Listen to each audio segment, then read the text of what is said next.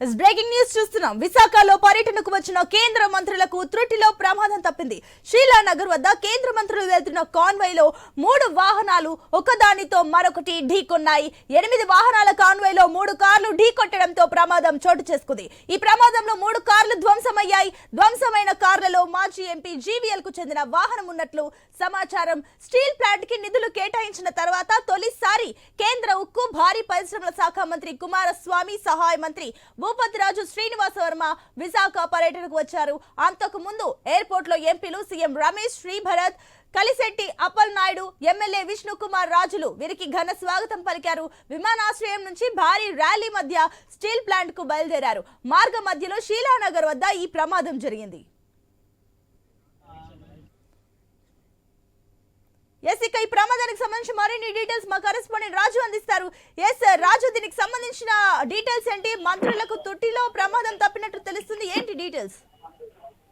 సునీత, ఏదైతే Visakha steel plant కి 11,440 కోట్ల నిధులు కేంద్ర ప్రభుత్వం ప్రకటించిన తర్వాత తొలిసారిగా విశాఖపట్నం పర్యటనకైతే కేంద్ర ఉక్కు భారీ పరిశ్రమల శాఖ మంత్రి కుమారస్వామి, సహాయ మంత్రి శ్రీనివాస్ వర్మ అయితే రావడం జరిగింది. వీళ్ళ రాకకు సంబంధించి కూడా బీజేపీ శ్రేణులు, మంత్రులు, అదేవిధంగా రాష్ట్ర ప్రభుత్వం కూడా భారీ ఏర్పాట్లు చేయడం జరిగింది. తొలిసారిగా వస్తున్న నేపథ్యంలో భారీ కాన్వాయ్ను కూడా ఏర్పాటు చేశారు. అదేవిధంగా అడుగడుగునా కూడా స్వాగత సత్కారాలు కూడా జరుగుతున్న నేపథ్యంలో విమానాశ్రయం నుంచి బయలుదేరినటువంటి కొద్దిసేపటి తర్వాత శీలానగర్ దగ్గర ఒక్కసారిగా కార్యకర్తలు అయితే కాన్వాయ్కి వచ్చి అడ్డుగా రావడంతో కాన్వాయ్ లో ఉన్నటువంటి వాహనాలన్నీ కూడా ఒకదానికొకటి సడన్ బ్రేక్ పడడంతో ఒకదానికొకటి అయితే ఢీ కొట్టడం జరిగింది.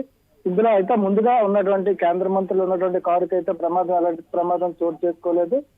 వెనక ఉన్నటువంటి కాన్వాయ్ లో 8 వాహనాలు ఉన్నటువంటి కాన్వాయ్ లో వెనక ఉన్నటువంటి 3 వాహనాలకైతే ఒకదానికొకటి ఢీ కొట్టడంతో ఈ ప్రమాదం చోటు చేసుకుంది. దీంట్లో అంటే మనుషులకు ఎవరికి ఏమి కానకపోయినప్పుడు కూడా వాహనాలు అయితే ధ్వంసం అయ్యి, ముందు భాగాలన్నీ కూడా ధ్వంసం అయ్యి బంపర్లు కూడా ఊడిపోయిన పరిస్థితి చోటు చేసుకుంది. ఇందులో ఉన్నటువంటి 3 వాహనాల్లో మాజీ రాజ్యసభ సభ్యుడు, మాజీ ఎంపీ జీవీఎల్ నరసింహారావు కారు కూడా ఉంది. దీంతో పుట్టిన వాళ్ళందరినీ కూడా వేరే కార్లకు ఎక్కించి కాన్వాయ్ అయితే ముందుకు నడపడం జరిగింది.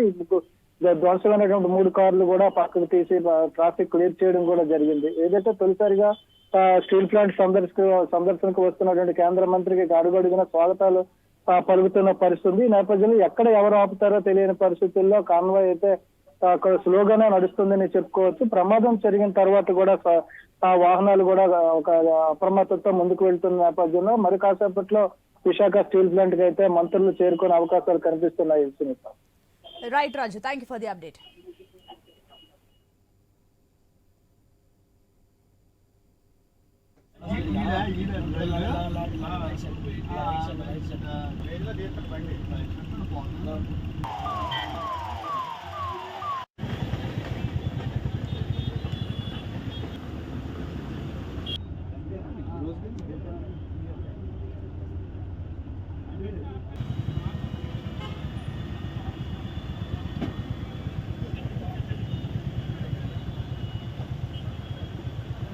ఏం చేస్తున్నా బండి